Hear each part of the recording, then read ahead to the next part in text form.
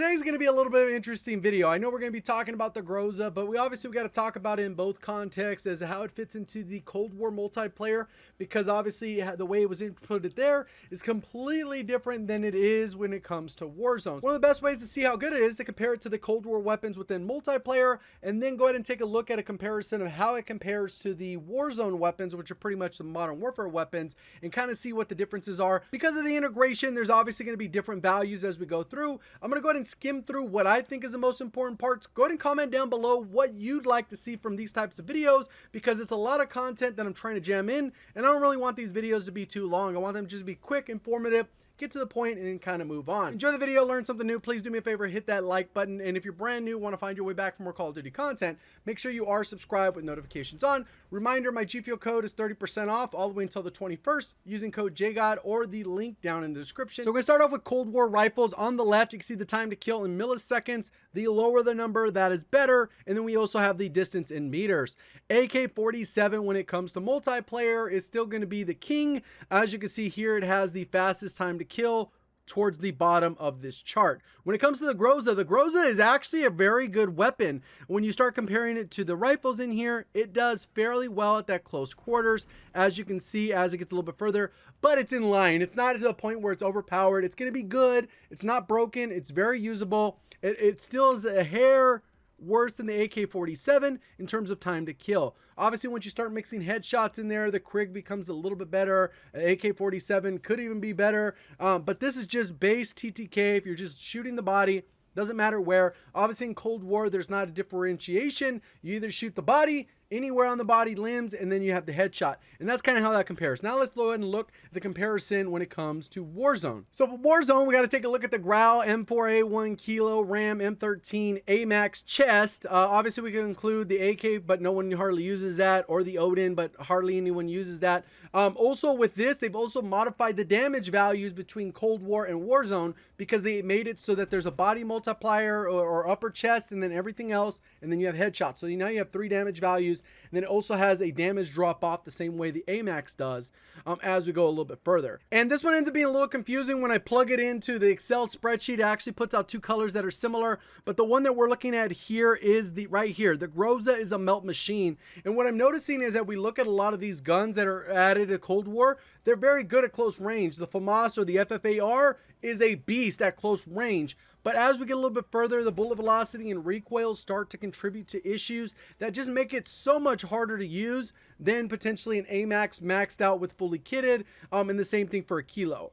As you can see, it does perform very well up to about 37 meters, 38 meters. Then there's a drop off. Obviously, these things can be changed, but the downside with all the Cold War weapons is, since the bullet velocities are typically trash, you have to go out of your way to equip the barrel that's going to give you maximum bullet velocity, essentially doubling that bullet velocity, so you can actually make it feel like a Modern Warfare gun that is fully kitted.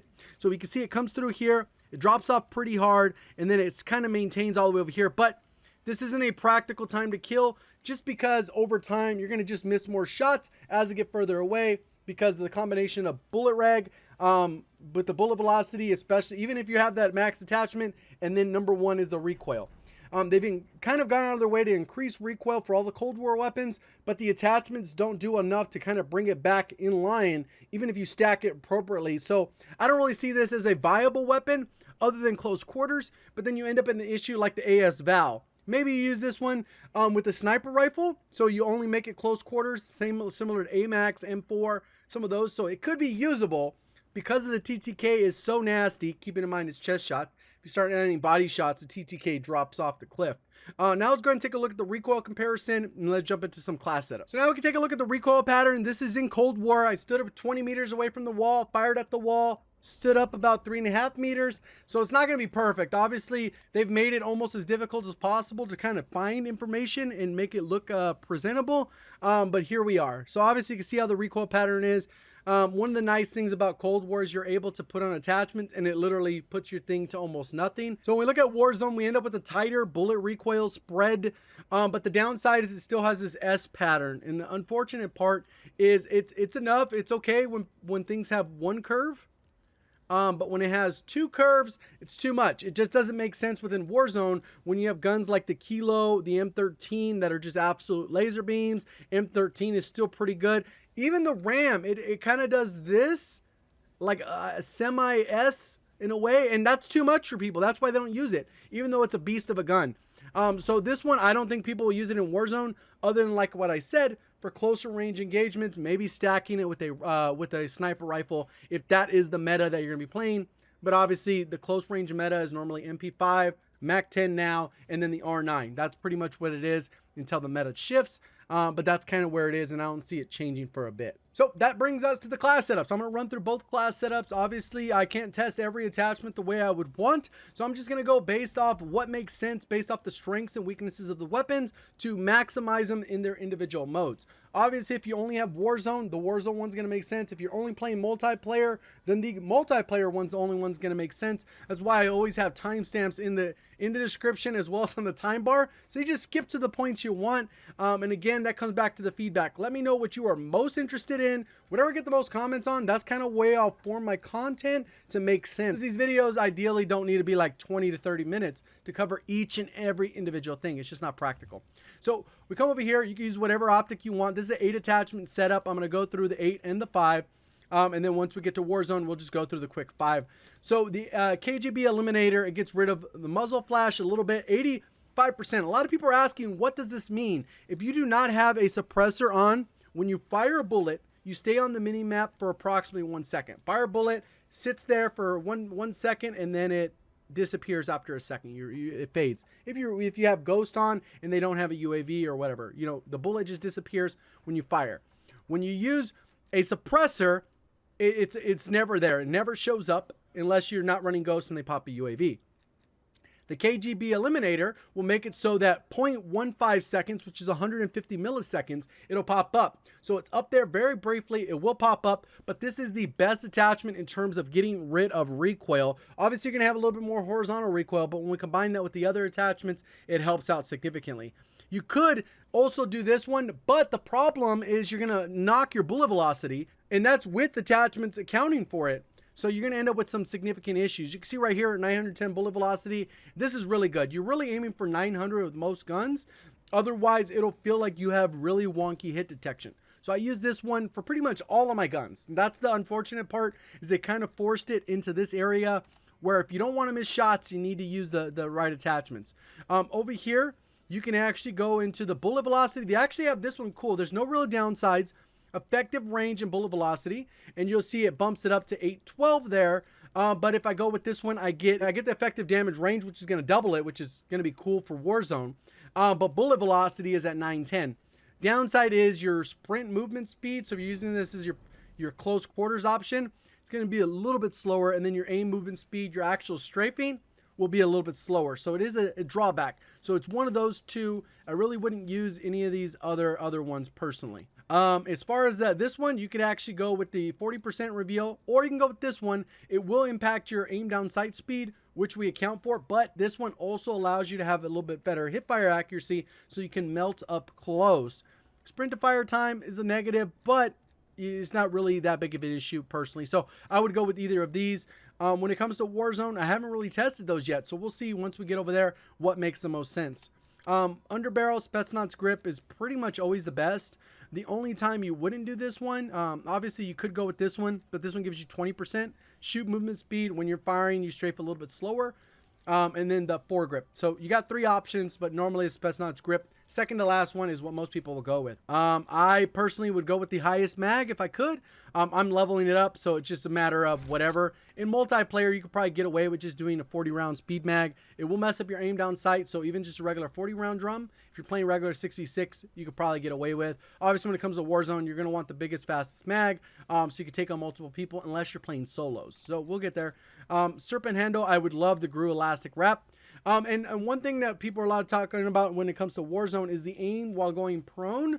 Obviously, it's not an issue in Warzone, but the main reason you're using this is for the flinch resistance. You get 90%, which is huge, but then the aim down sight time is 30%. Obviously, shooting movement speed is going to take a knock, as well as sprint to fire time, but generally those numbers aren't so bad that you're hurting them significantly, whereas flinch resistance is basically removing that, giving you that added toughness from previous Call of Duties, whereas most of the Warzone guns aren't going to have that. So when you get into a gunfight, odds are that the other person's gunfire is not going to hurt you. So that's what I would use. Obviously, it's the level 53 unlocked, so you can't do it that way. So I just have it on aim down sight speed, 25%. So it's a trade-off there. You lose a little bit of the movement speed. So Serpent Grip could be a good way to go if you just want to take care of aim down sight speed. But we'll see how that works out. So then we got the Tactical Grip. I don't really like a lot of these ones over here because these ones down the road hurt your hip fire. It kind of is terrible. Slide speed, I'm not really into. Sprint to fire time, I guess you can offset the negatives that we have. But when it comes to 8 attachments, it's just the fact that we have 8 attachments. So you got to equip something, right? And then a 5 attachment would probably, since I actually don't mind the iron sights, I get rid of the optic. I would get rid of this body, this. So we end up with 1, 2, 3, 4, 5. So those attachments are the ones I'd still keep exactly what I have. And then, like I said, depending on what you're comfortable with, I would go with either one of these. These ones obviously have no negatives, so that's always a plus, especially for multiplayer. You could probably get away with it on the smaller maps if you're not going to be playing like Crossroads, you know, combined arms. Now let's go ahead and jump into Warzone. So in this particular loadout, I would still use the same thing. KGB Eliminator is going to help you with the vertical recoil because of the way the recoil pattern is. You could still go with this one here because it's not going to hurt the actual other side of it, but then that's going to make it a lot less viable at range, which makes it not viable. So you kind of end up with a really tricky situation. They need to really modify some of these attachments, just to call it the monolithic suppressor, and people are going to be happy. You get bullet velocity and range, and you're good to go. So I'm interested to see when those changes come, but as of right now, the KGB Eliminator is going to be your best bet, but it was not going to be a suppressor. Sadly, it's just kind of how the suppressors work. It doesn't make them viable. Other part is I would still get the bullet velocity here. They changed it up right here. See, it says effective damage, range, and bullet velocity, which is what the other one had. Then this one had bullet velocity, but it also had range. So these attachments are different. I would still go for bullet velocity because of that reason. So it makes it a little bit tricky because you're not getting the range. But it is what it is. You might as well go for the increased bullet velocity if you can. Underbarrel, I think it still needs a grip. And this is going to help out with that vertical and horizontal recoil control. So you're good there. And then we got ammunition. I would go with the 60 round fast mag. But in the meantime, I would just go with the regular 60 round drum. So that matches all the other ones. Obviously in the other game, it's 50. So it is a little bit different. And then this is the meta of all the rifles. That's what you have to put on. So then you have a couple different options. Obviously, I've talked about using the weapon close to medium range because it gets incredibly difficult, as a lot of the Cold War weapons do. And then just combine it with a sniper rifle if you're choosing, along with like the Kar 98 or something like that. You can go over here and you can equip an optic. You're primarily going to go with a short range optic, which are a lot of the close range ones. The Cobra Dot, Mil Stop, the Quick Dot LED, the Microflex LED. You can go with whatever of these. But if you're going to choose to use this as your long range option, then run a secondary that's close range, like the R9, the MP5, or the MAC-10, you're going to want a longer range optic. So it really just depends on how you're going to use this. I don't really advise it using it with long range optics because the weapons are just not going to be that good when they're going head to head against a kilo. It just doesn't, and then you'll be forced to try and use it like that, and you're just going to get outgunned because the kilo is going to be 100 times more accurate. So you can go with the rear grip, get faster ADS, which will help you in closer range engagements, or you can go with the laser if you just want that faster, better hip fire, and then you could hip fire your enemies if you want to go that route. So if you want to go that route, it really depends on what makes the most sense for you. So hopefully you guys did enjoy the video. Leave some comments on how you'd like to, or what you'd like to see in these types of videos so I can focus my attention on that. Obviously, there's a lot to cover, so I'd like to be as concise as possible, and you guys can help me do that. Enjoy the video. Hit the like button if you're brand new, want to find your way back. Make sure you are subscribed with notifications on. Reminder, Gfuel 30% off all the way until the 21st using code JGOD, or use that link down in the description. Appreciate all the support on the channel and the content. Thank you for watching. As always, have a great day.